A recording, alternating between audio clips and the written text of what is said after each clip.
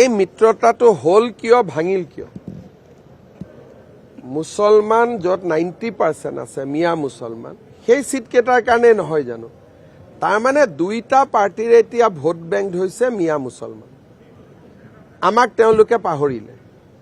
যদি কাজিয়াখন যোৰহাট ডিব্ৰুগড়ক লৈ লাগিলেহেঁতেন মনটো ভাল লাগিলহেঁতেন কাজিয়াখন জনিয়া বাগবৰক লৈ লাগি আছে গতিকে ই কি প্ৰমাণ কৰিছে যে খিলঞ্জীয়া ভাৰতীয় সনাতনী মানুহে এবাৰ 100% বিজেপিক ভোট দিব তেওঁলোকৰ তাত জাগা নাই যি 22টা সিটত আমি যাব নোৱাৰো তাতে তেওঁলোকে খোৱা কামুৰা কৰি আছে সেই কাৰণে আমি তাত কোনো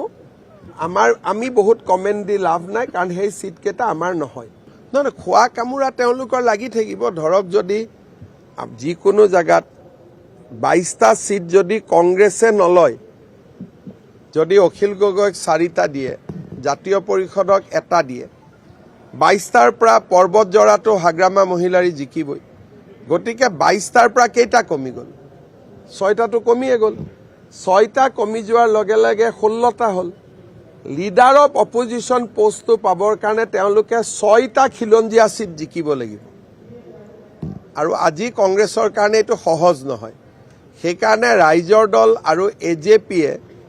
স্পিকাৰক ক'লেও নহ'ব যে আমি কংগ্ৰেছক সহায় কৰিছো এওঁক বিৰোধী দলপতি দিয়ক